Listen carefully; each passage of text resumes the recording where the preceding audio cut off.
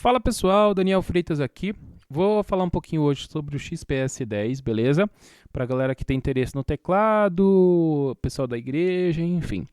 Antes de iniciar o vídeo, vou pedir para você curtir, se inscrever no canal para ajudar a gente a continuar nesse trabalho de conteúdo por aqui e também seguir a gente nas redes sociais, o Instagram, meu Instagram pessoal, né, Daniel Freitas Maciel, e o Instagram do HW Studio, tá aí na descrição. Também está na descrição o nosso curso online de harmonia. Vou pedir para a galera aí que tem interesse em estudar, dar uma vista lá, é um curso bem bacana e vai ajudar bastante gente aí a evoluir, beleza? Vamos lá, sobre o teclado. Vou tentar ser mais objetivo aqui do que eu fui no XP, no Juno, fugiu, desculpa. Fui no PX5S, certo? Para resumir as informações e atender realmente o público que procura as informações sobre o teclado. Vamos lá. Bom, para mim, primeira coisa dele, vou colocar alguns defeitos. Não posso chamar de defeitos, desculpa, Roland. Vou chamar de considerações, ok? Considerações, no caso, da construção barra valor. Para mim, ele só peca nisso. Ele é um teclado que tem recurso para valer o quanto pedem nele em dinheiro, né? Mas ele não tem estrutura para isso, na minha opinião, tá? É um teclado muito frágil, ponto. Então, eu acho que ele é caro por ser frágil. Pelo que ele faz, ele vale esse valor, mas não pela construção dele. Uma coisa que para mim também é um pouco desvantagem é a questão das teclas, que eu acho meio desconfortável, que está dentro da categoria sintetizador, ok? Mas, como o primeiro teclado, tenha essa atenção. As teclas dele, para piano, assim, se você já tem um costume de piano e tal, não vai ficar muito legal.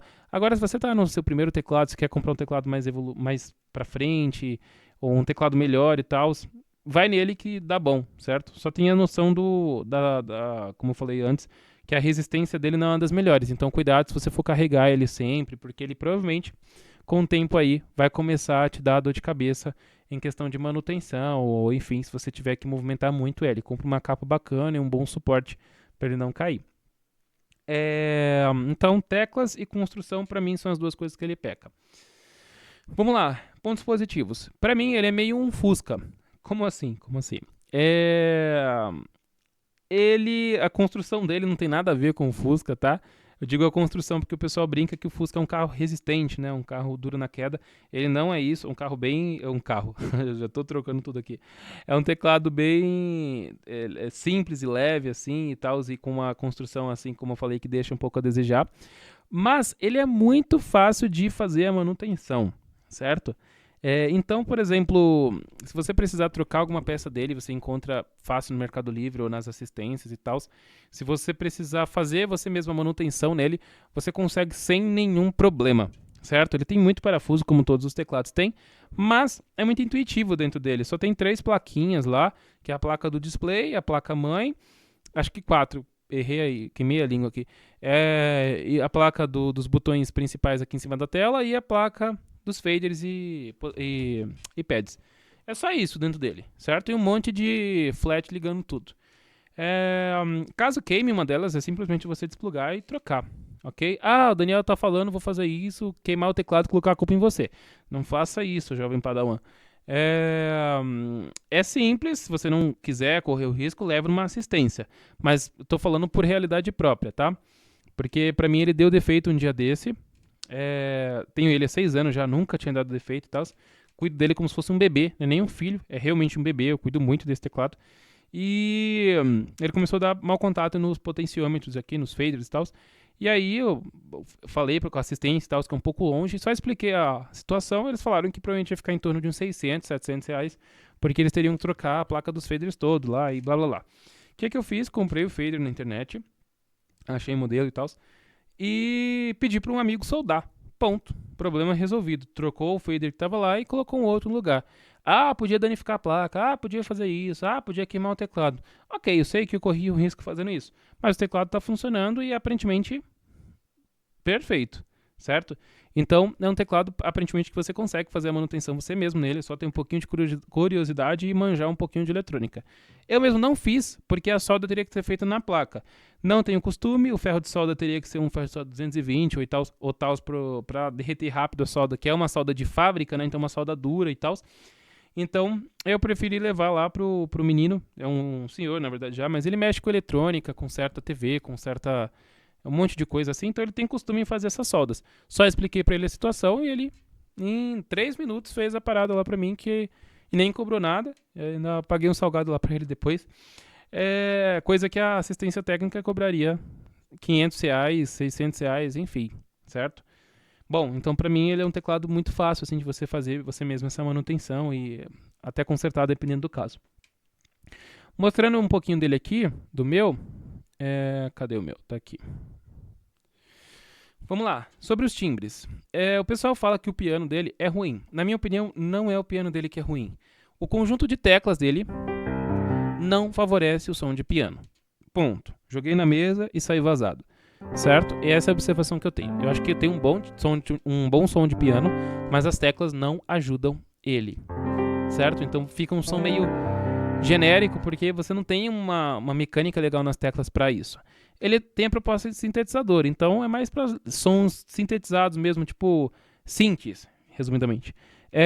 Mas poderia ter umas teclas mais confortáveis assim para tocar piano. Enfim, é a observação que eu tenho. Mas ele tem muita facilidade de edição de timbres de piano, enfim. O que eu gosto dele mesmo, de questão de sons, é os pianos elétricos, né? Esse é Puri... Esse é o... Acho que é Puri... EP piano, alguma coisa assim.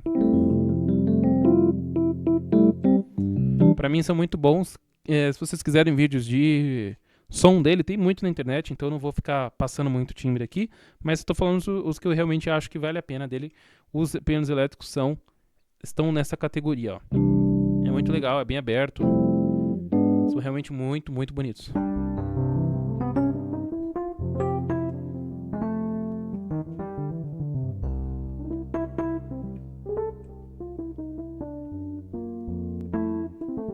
Enfim. Cordas dele também é muito bonito.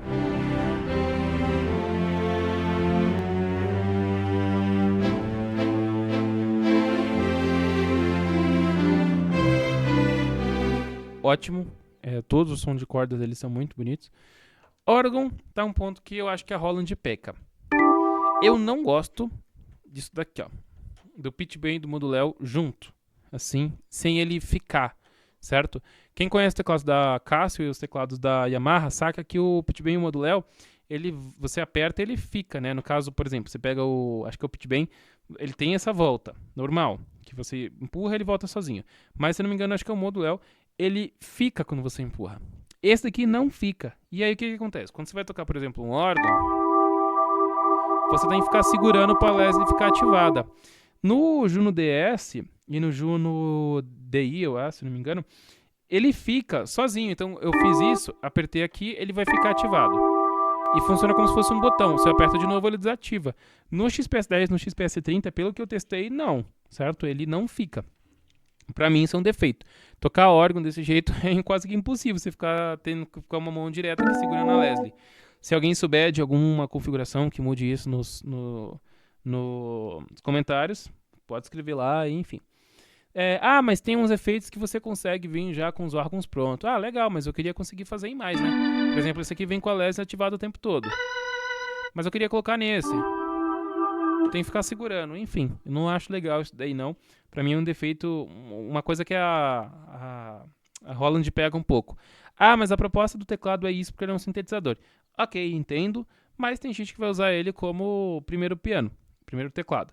E se você for colocar um órgão nele, essa mão vai ter que ficar aqui caso você for usar a Leslie. E pra mim é uma coisa que atrapalha e, enfim, só tô colocando a minha observação sobre ele. Nada que interfira muito na vida das pessoas aí, mas é o que eu acho sobre o teclado. Acho que a Casio tá na frente nisso, os teclados dele tem aquilo separadinho, e a Yamaha também tá na frente disso. E se fosse por questão de synth, tá? O Mini Nova, ele teria isso daqui assim também, porque facilita o synth. Mas o Mini Nova é synth, mas ele tem ele separadinho também, tá? Então isso aqui é uma invenção da Roland mesmo que eu não gosto, certo? Eu particularmente não gosto. E aí vai dos músicos aí da Roland levarem isso adiante ou não. Enfim. Sintetizadores, tá? Sons synth mesmo. Cara, eu gosto bastante do som de lead dele. Tem uns efeitos aqui que eu montei que é bem legal também. Pra mim dá muito recurso isso dele, ó.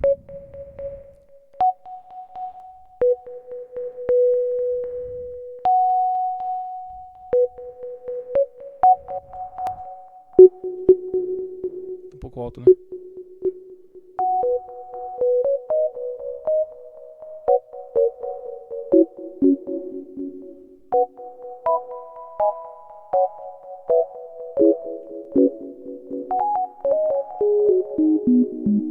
Gosto muito desse timbre. Esse timbre aqui eu acho que é montado. Eu não vou conseguir falar o que ele é, né? É timbre editado, não lembro o que tem dentro dele. Mas enfim, eu gosto bastante dele. Vocal normal.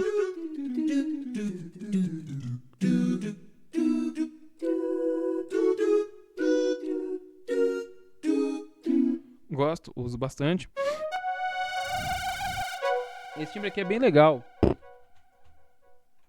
Acho que é Mini Grow o nome dele. Alguma coisa assim. Ele fica no banco 111 dos sintetizadores. Eu acho que eu não mudei. Eu acho que esse aqui é normal, não é editado. Pra fazer abertura de efeito ele é bem legal, né? Aqui tem um bells.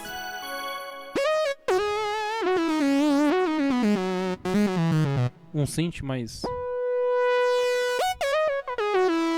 ardido, né? Consigo controlar o cutoff dele.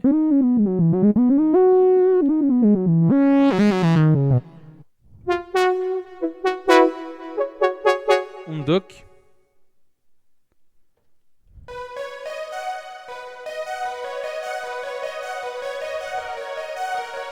Um outro synth aqui. Mais um. Um duck diferente.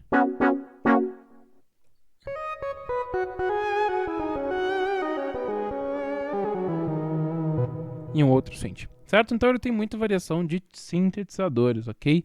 E tudo isso aqui você pode editar, pode criar bancos, enfim. Isso aqui o pessoal sempre fala sobre o teclado.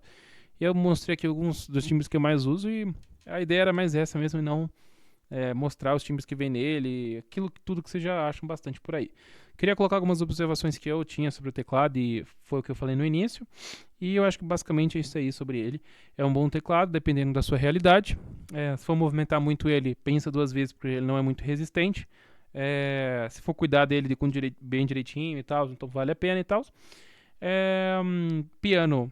Se você já tocou no piano e tal, se você está procurando um teclado com umas teclas mais realistas, ele não é o caminho. Se é o seu primeiro teclado sintetizador, você quer ingressar em um banco de timbres mais legais e tal, ele é um bom teclado.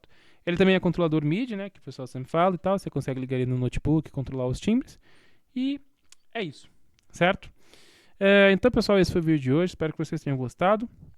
Vou tentar apresentar mais dos equipamentos que a gente usa aqui no estúdio e tal, por mais que sejam às vezes equipamentos mais antigos, mas vou tentar trazer esse conteúdo aí para vocês se atualizarem e conhecerem um pouquinho aí sobre os equipamentos de estúdio e até dicas do que comprar e do que não comprar, ok? E uma visão talvez um pouco diferente aí do que a maioria do pessoal do YouTube passa. Beleza? É nóis, até o próximo vídeo.